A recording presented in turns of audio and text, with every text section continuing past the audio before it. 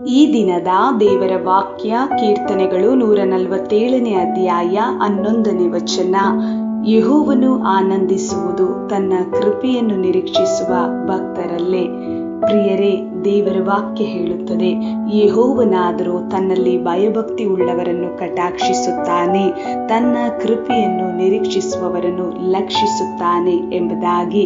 ಹೌದು ಪ್ರಿಯರೇ, ದೇವರು ನಮ್ಮಲ್ಲಿ ಆನಂದಿಸುತ್ತಾರೆ. ನಮ್ಮ ಬಲಹೀನ ಪರಿಸ್ಥಿತಿಯಲ್ಲಿ, ನಮ್ಮ ಕಷ್ಟದ ಸನ್ನಿವೇಶದಲ್ಲಿ, ನಾವು ಚಿಂತೆಯಲ್ಲಿರುವಾಗ, ನಮ್ಮ ಇಕ್ಕಟ್ಟಿನಲ್ಲಿ ನಾವು ಸರ್ವಶಕ್ತನಾದ ದೇವರ ಕೃಪೆಯನ್ನು ಆತುಕೊಳ್ಳುವುದಾದರೆ, ಆತನನ್ನೇ ದೃಷ್ಟಿಸುವುದಾದರೆ, ನಮ್ಮ ದೇವರು ತನ್ನ ಕೃಪೆಯನ್ನು ನಮ್ಮ ಮೇಲೆ ಸುರಿಸುತ್ತಾರೆ. ನಮ್ಮನ್ನು ದೇವರ ಬಲದಿಂದ ತುಂಬಿಸಿ ನಡೆಸುತ್ತಾರೆ.